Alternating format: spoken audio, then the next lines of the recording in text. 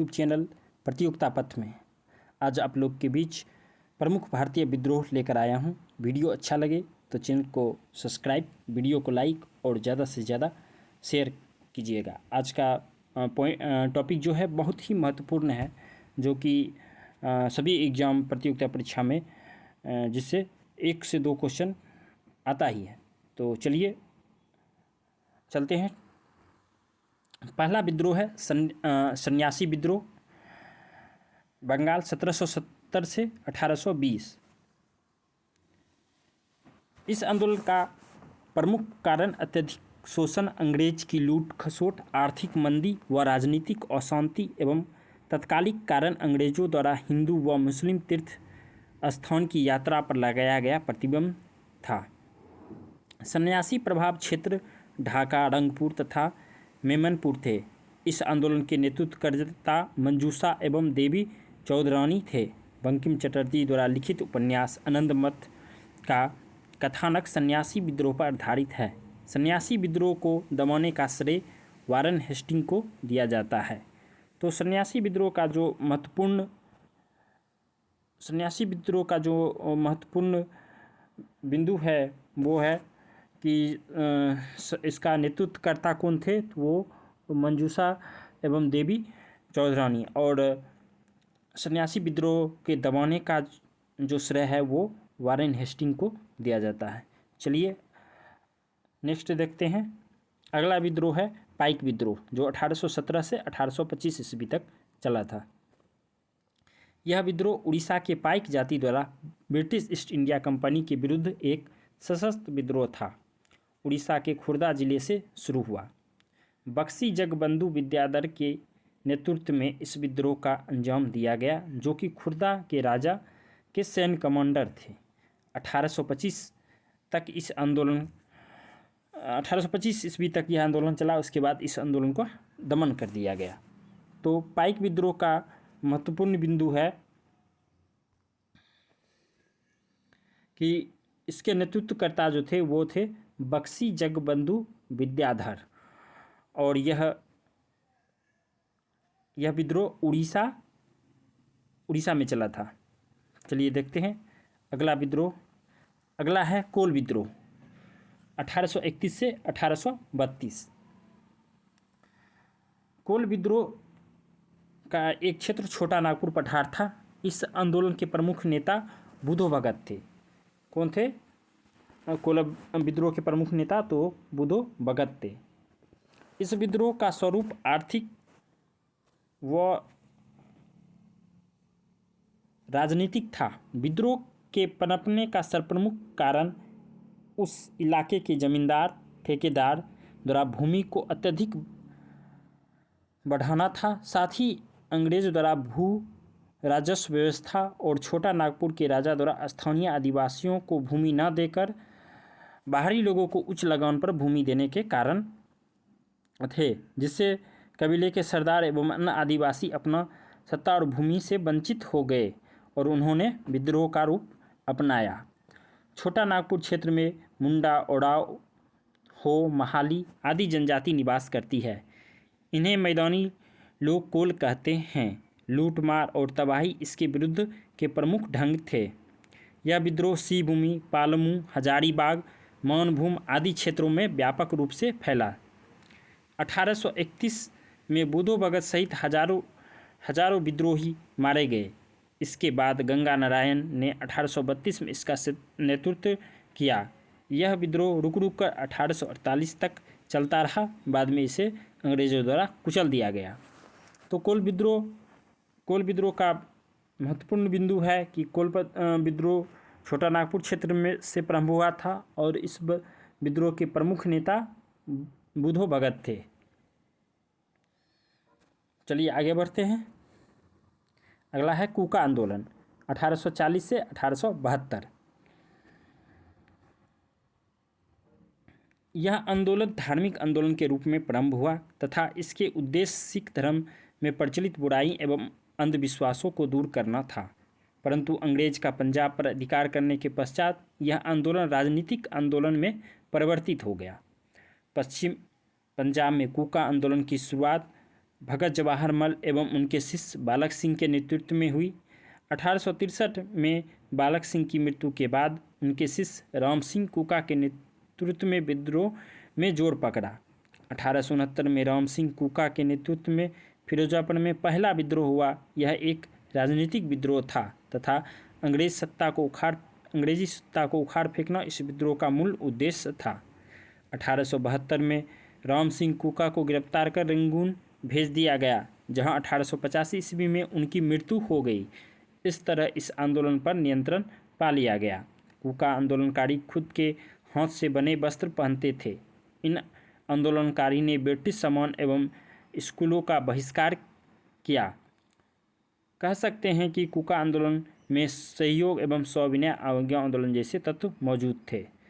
कुका आंदोलन के महत्वपूर्ण बिंदु हैं कि कुका आंदोलन पंजाब से प्रारंभ हुआ था और इसके कुका आंदोलन के शुरुआत करने वाले प्रमुख भगत जवाहर मल एवं उनके शिष्य बालक सिंह के नेतृत्व में स्टार्ट हुआ था। चलिए आगे बढ़ते हैं। अगला है संथाल विद्रोह 1855 से 56। संथाल विद्रोह, इस विद्रोह के मुख्य नेता सिद्धू और कन्हू थे तथा इस विद्रोह का प्रमुख क्षेत्र दामन एको संथाल परगना भागलपुर से राजमहल की पहाड़ियों का क्षेत्र तथा संथाल पूर्वी भारत के विभिन्न जिला बांकुड़ा, पालामू, छोटा नागपुर इत्यादि में फैले हुए थे। संथाल विद्रोह का कारण अंग्रेजी उपनिवेशवाद, महाजनों द्वारा अत्यधिक ब्याज वसूली, पुलिस के भ्रष्टाचार, संथालों की गरीबी, अंग्रेजी अदालतों से न्याय न मिलना या देरी से मिलना और अपनी जमीन से बेदखल किया जाना आदि रहे। इस विद्रोह का प्रसार इतनी तेज से हुआ कि भागलपुर और राजमहल के क्षेत्र में कंपनी का शासन लगभग समाप्त हो गया। इस विद्रोह का प्रसार ये बिंदु है। चलिए, अगस्त 1855 में सिद्धू और फरवरी 1856 में कन्हू पकड़ा गया। ब्रिटिश सरकार ने एक बड़ी सैनिक कार्रवाई करके 1856 में भागलपुर के कमिश्नर ग्राउंड और मेजर जनरल लॉर्ड के नेतृत्व में संथाल विद्रोह को क्रूरतापूर्वक दबा दिया। संथाल विद्रोह शांत हो जाने के बाद नवंबर 1856 में विधिवत संथाल परगना जिला की स्थापना की गई और एस्ले एडेन को प्रथम जिलाधीश बनाया गया।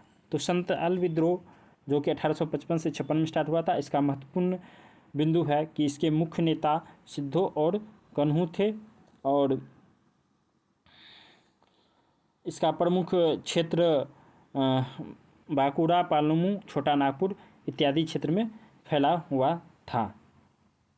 चलिए आगे बढ़ते हैं। अगला है मुंडा विद्रोह 1899 से 1900। बिरसा मुंडा के नेतृत्व में हुआ यह विद्रोह छोटा नागपुर वर्तमान झारखंड में स्थित के क्षेत्र में इस अवधि का सर्वाधिक चर्चित आदिवासी विद्रोह था।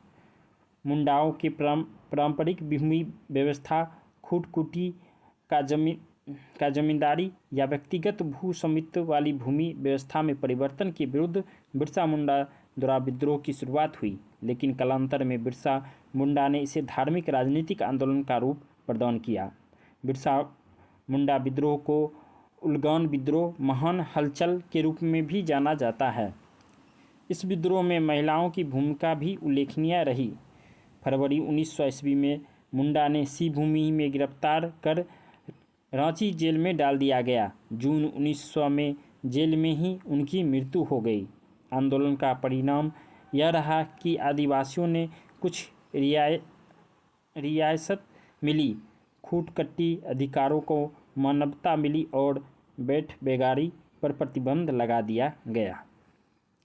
मुंडा विद्रोह और बिरसा विद्रोह जो था उसका प्रमुख नेतृत्वकर्ता बिरसा मुंडा थे और यह विद्रोह छोटा नागपुर जो वर्तमान में झारखंड में स्थित है वहाँ से स्टार्ट हुआ था। चलिए अगला देखते हैं। अगला है चुआड़ विद्रोह 1768। बड़े भू राजस्व, अकाल एवं अन्य संकटों के कारण मेदिनीपुर जिले बंगाल की आदिम जाति के चुआड़ लोगों ने अंग्रेज प्रशासन के विरुद्ध 1768 में हथियार उठा लिया।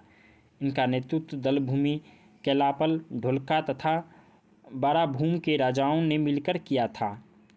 धातव्य है कि 1760 में संपूर्ण मेदिनीपुर जिले पर ब्रिटिश कंपनी का कब्जा हो गया और 1765 में आसपास के क्षेत्र और महाल पर भी कब्जा हो गया। 1768 में दलभूम के शासक जगन्नाथ दल ने अपने क्षेत्र को उजाड़ कर वीरान कर दिया ताकि कंपनी को इस क्षेत्र पर अधिकार करने पर कुछ लाभ प्राप्त न हो।